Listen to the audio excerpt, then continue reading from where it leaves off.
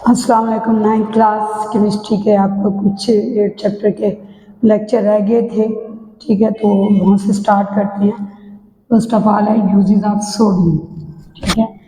तो sodium plus potassium का जो लाए है वो इस्तेमाल होता है कूलिंग न्यूक्लियर रिएक्टर में। अब न्यूक्लियर रिएक्टर क्या है? जहाँ ऐसा एक इंडस्ट्री कह लें या ऐसी एक फैक्ट्री कह लें या एक ऐसा रीजन कह लें जहाँ पर न्यूक्लियर केमिकल रिएक्शन होते हैं, जिसके नतीजे में बहुत सी हीट पैदा होती है और ये हीट जो है वो बहुत ज़्यादा एनर्जी जब निकलती है तो बहुत ज़्यादा हीट के साथ होती है, तो वो खतरा होता है उसके लिए, ठीक है, कि वो एकदम बर्न ना कर दे हर चीज़ को।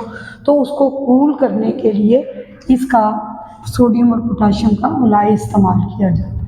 इसके अलावा दूसरा इस्तेमाल है इसका कि ये प्रोड्यूस येलोइश लाइट प्रोड्यूस करती है जब ये बर्न करती है, ठीक है। तो इसलिए इनको वेपर लैंप में जो सड़कों पर आपने अक्सर देखे होंगे उनमें सोडियम का इस्तेमाल होता है, क्योंकि जब ये हीटअप होती है या इलेक्ट्रिक करंट पास करता है तो ये येलो लाइट देता है। इसके अलावा ये रिड्यूसिंग एजेंट है, यानी अगर हमें एक्सट्रैक्ट करना है मेटल में से दूसरे प्रोडक्ट को निकाल देना है और मेटल को एक्सट्रैक्ट करना है तो हमें दूसरे बहुत से प्रोडक्ट को रिड्यूस करना पड़ेगा, यानी उसको रिएक्शन करवा के वहाँ से इस मेटल के जो एक्सट्रैक्शन के दौरान जो है वो उसको निकालना होता है। तो ये वो एजेंट जो इसके लिए इस्तेमाल होते हैं वो है इंड्यूसिंग एजेंट। या समझ लें कि जब मेटल को निकाला जाता है ना माइन से, तो उसमें ऑक्साइड भी होती है, ठीक है। तो ऑक्साइड को एक्सट्रैक्ट करके मेटल को सेपरेट करना होता है, तो उसके लिए जो सोडियम है बतौर रिड्यूसिंग एजेंट इस्तेमाल हो जाती है, यानी सोडियम उसके साथ रिएक्ट करके ऑक्साइड के साथ सोडियम ऑक्साइड करके अलग हो जाता है।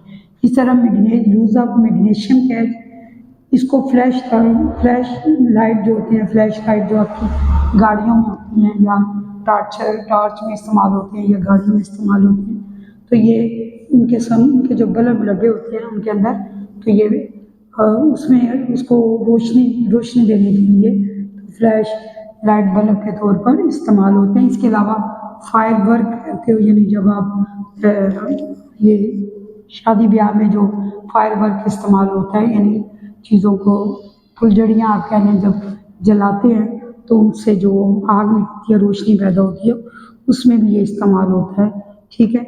इसके अलावा इसका एज अलाय इस्तेमाल होता है। इसके अलावा मैग्नीशियम रिबन जो है वो जहाँ पर आपने वो प्रोसेस जिसमें आपने किसी चीज़ को जलाने के लिए जलाना हो, ठीक है, जैसे बहुत से फर्नेस है या बहुत सी जगह है जहाँ पर आपको आग को जलाना होता है, तो उसके लिए थर्माइट यानी थर्म के लिए थर्म यानी हीट होती है, यानी जब हीट प्रोड्यूस करनी हो तो चीज़ों को जलाना पड़ता है। उस जलाने के लिए जो है उसको इग्नाइट करने के लिए हमें एल्युमिनियम पाउडर को इग्नाइट यानी उसको जलाने के लिए जो इस्तेमाल किया जाता है, उसमें रिबन लगाया जाता है जिसे मैग्नीशियम रिबन कहते हैं। इसके अलावा जब आप इलेक्ट्रिसिटी का प्रोसेस करते हैं, लेकिन जब किसी मेटल की को इलेक्ट्रोलाइट प्रोसेस से पैदा किया जाता है तो एक्सट्रैक्शन की जाती है इलेक्ट्रोलाइसिस प्रोसेस से, तो आप इसके 2 इलेक्ट्रोड बनाए जाते हैं, एक एनोड होता है एक कैथोड होता है। तो जो एनोड का इलेक्ट्रोड होता है वो मैग्नीशियम का बनाया जाता है, ताकि अब ये क्यों की जाती है, ताकि कुरैयन से बचाया जा सके। किसे? मेटल को कुरैयन से बचाने के लिए इलेक्ट्रोलाइसिस का प्रोसेस किया जाता है, और इलेक्ट्रोलाइसिस के प्रोसेस के लिए इलेक्ट्रोड इस्तेमाल होते हैं, कैथोड एंड एनोड। तो जो एनोड होता है वो मैग्नीशियम का बना होता है, ठीक है।